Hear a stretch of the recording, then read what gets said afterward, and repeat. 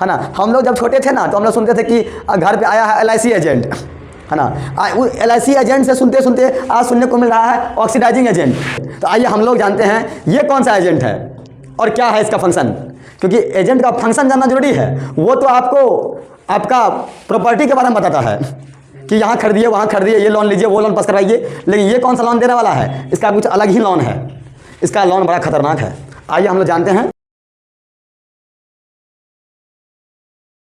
जय हिंद बच्चों, आज मैं आपके लिए फिर न्यू सेशन लेकर के आए हैं और हम आपको आज के सेशन में बताएंगे एक बहुत ही इंपॉर्टेंट टॉपिक जो बोर्ड्स में पूछा गया है और इस बार भी बोर्ड में पूछेगा। तो आइए हम लोग जानते हैं टॉपिक आपका आपके स्क्रीन पे। तो प्यारे बच्चों, हम लोग जानते हैं ऑक्सीडेशन और ऑक्सीडाइजिंग एजेंट के बारे में। ये एजेंट वर्ड का नाम तो आप लोग सुने ही होंगे पहले से, है ना। हम लोग जब छोटे थे ना तो हम लोग सुनते थे कि घर पे आया है LIC एजेंट। LIC एजेंट से सुनते सुनते आज सुनने को मिल रहा है ऑक्सीडाइजिंग एजेंट। तो जब हम लोग एजेंट वर्ड से ऑक्सीडाइजिंग एजेंट सुनने लगे तो हमको समझ में आ गया, ओ आखिर एजेंट को हमें कहाँ पढ़ना होगा, केमिस्ट्री में।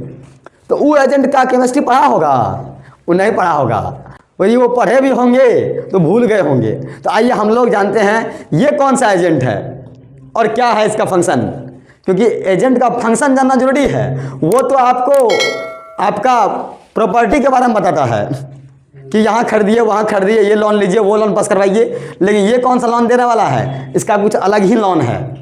इसका लोन बड़ा खतरनाक है। तो प्यारे बच्चों, ऑक्सीडेशन को जानने से पहले आपको जानना होगा हाँ ऑक्सीडाइजिंग एजेंट के बारे में। ये ट्रैक्टर वाला भी जो है ना फटफटिया ले घूमते रहता है। थोड़ा ट्रैक्टर फटफट कर रहा था तो इसलिए मैं रुक गया था। देखिए, some substance are capable of adding oxygen to other. कुछ ऐसे सब्सटेंस होते हैं जो ऑक्सीजन के साथ क्या हो, जो capable of adding oxygen to other. कुछ ऐसे सब्सटेंस हैं जो ऑक्सीजन के साथ हाँ ऐड होने के लिए कैपेबल हो। तो हम जानते हैं वो कौन सब्सटेंस है। और इसमें आपको एक सबसे इंपॉर्टेंट चीज पूछा जाता है क्या, ऑक्सीडाइजिंग एजेंट का फॉर्मूला। तो आप याद रखिएगा, सबसे पहला हाँ एल्किलीन पोटासियम पर मैग्नेट, एल्किलीन पोटासियम पर मैग्नेट, जिसका फॉर्मूला होता है KMnO4 पहला। और दूसरा क्या है हाँ एसिडिफाइड पोटासियम डाइक्रोमेट, जिसका फॉर्मूला होता है K2Cr2O7।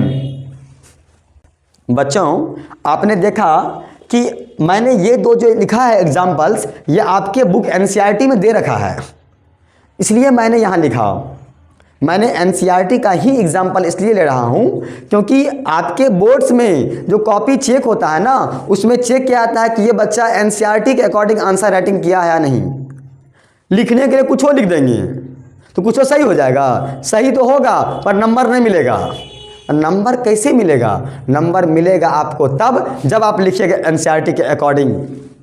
बोर्ड्स को स्टेप बाय स्टेप सॉल्यूशन चाहिए, बोर्ड्स को स्टेप बाय स्टेप आंसर चाहिए, बोर्ड्स को NCERT के अकॉर्डिंग आंसर चाहिए और बोर्ड्स को पॉइंट वाइज आंसर चाहिए।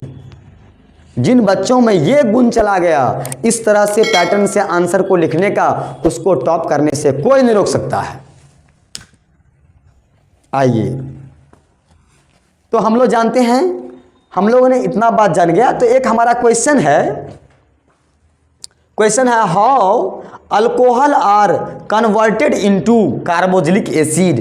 क्वेश्चन बहुत खतरनाक है, क्वेश्चन बहुत खतरनाक है, समझिएगा ध्यान से। पूछ रहा है कि अल्कोहल को हम लोग कैसे कन्वर्ट करेंगे कार्बोक्सिलिक एसिड में। अल्कोहल को कार्बोक्सिलिक एसिड में कैसे कन्वर्ट करेंगे, हम लोग इसके बारे में जानेंगे। आइए देखते हैं। तो सबसे पहले जानिए कि अल्कोहल को हम लोग क्या करेंगे। अल्कोहल का फॉर्मूला होता है C2H5OH। याद रखिएगा, अल्कोहल का फॉर्मूला क्या होता है बच्चों, C2H5OH। और जब हम अल्कोहल को KMnO4 प्लस हीट देते हैं तो वो बनाता है क्या, CH3COOH, यानी कि वो बनाता है कार्बोक्सिलिक एसिड। क्या बनाता है, कार्बोक्सिलिक एसिड। तो हम लोगों ने एक बात जाना कि जब अल्कोहल को हम लोग एल्काइन पोटासियम परमैंगनेट के प्रेजेंस में जब रिएक्शन कराते हैं तो वह क्या बनता है, वो बन जाएगा कार्बोक्सिलिक एसिड। क्या बनेगा, कार्बोक्सिलिक एसिड। लेकिन अब आपसे कोई पूछेगा कि बताओ अल्कोहल को हम लोग कार्बोक्सिलिक एसिड कैसे बनाएंगे, तो आप क्या बोलोगे, तुम बोलना सर यदि हम अल्कोहल में क्या मिलाएंगे, तो हम लोग जैसे उसमें मिक्स करेंगे उसको रिएक्ट करवाएंगे किससे, तो KMnO4+ हीट के साथ, तो वो मेरा क्या बनाएगा, कार्बोक्सिलिक एसिड बनाता है। ये रिएक्शन हो रहा है और किसके प्रेजेंस में हो रहा है, तो KMnO4+ हीट के प्रेजेंस में। यदि आपको ये रिएक्शन देख रहे हैं, आपको याद होगा, आपको मैंने बताया था फोटोसिंथेसिस का रिएक्शन, आप देखिएगा उसमें मैंने वहाँ भी लिख के बताया है, आप उसमें देखिए, आप उस रिएक्शन को इस रिएक्शन से कोरिलेट कीजिए तो आपको पूरा का पूरा समझ में आ जाएगा आखिर ये क्या है। और ये मेरा क्या है, ये मेरा एक कैटलिस्ट है। क्या है, कैटलिस्ट। अब कैटलिस्ट क्या करता है वो भी आपको जानना है। तो आप शादी तो देखिए कि हम गांव घर में होता है, और शादी में जो संबंध जोड़ने का काम करता है ना, उसी को कहते हैं कैटलिस्ट, है ना। इधर का मजा लिया उधर का मजा लिया, दोनों तरफ, उसको कहते हैं कैटलिस्ट, है ना। कैटलिस्ट का काम है दो आदमी के बीच का संबंध को जोड़ना, है ना। तो वही है कि कैटलिस्ट है ये हमारा है एल्कलाइन पोटासियम परमैंगनेट, क्या है, एक कैटलिस्ट का काम करता है। कहाँ पे, जब हम लोग अल्कोहल को कार्बोक्सिलिक एसिड बनाएंगे तब। तो प्यारे बच्चों आपको ये बात समझ में आ गया होगा। अब आप एक बात और जान लीजिए, आपको सिर्फ इतना ही लिखना है एग्जाम में, ज़्यादा नहीं लिखना है।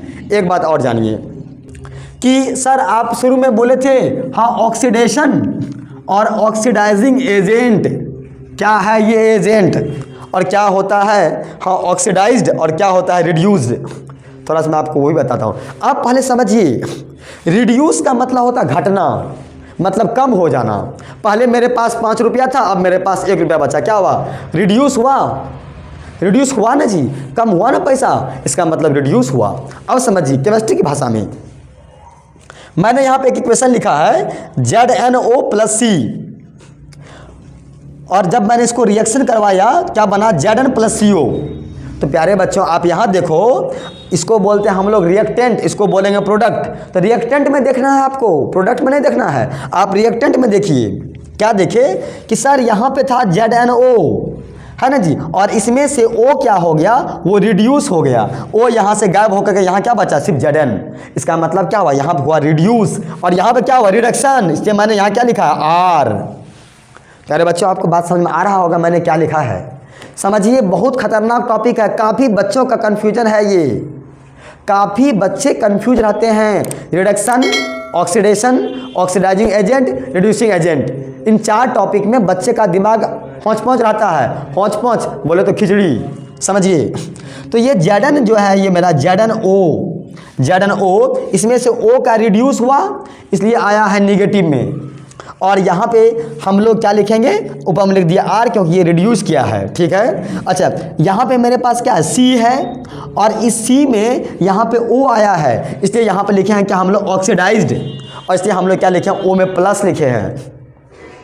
बच्चों आपको समझ में आ रहा होगा कि मैंने यहाँ पे O में प्लस क्यों लिखा और यहाँ पे O में माइनस क्यों लिखा, क्योंकि एक जगह पे O घट रहा है, ऑक्सीजन की कमी हो रही है, और एक जगह पे ऑक्सीजन की वृद्धि हो रही है। कहीं पे बिना ऑक्सीजन का आदमी जिंदा है क्या, जो लेके घूम रहा है सिलेंडर, उसको बाहर का ऑक्सीजन नहीं चाहिए, उसको बाहर का ऑक्सीजन से कोई मतलब नहीं है, सिलेंडर लेके चल रहा है वो।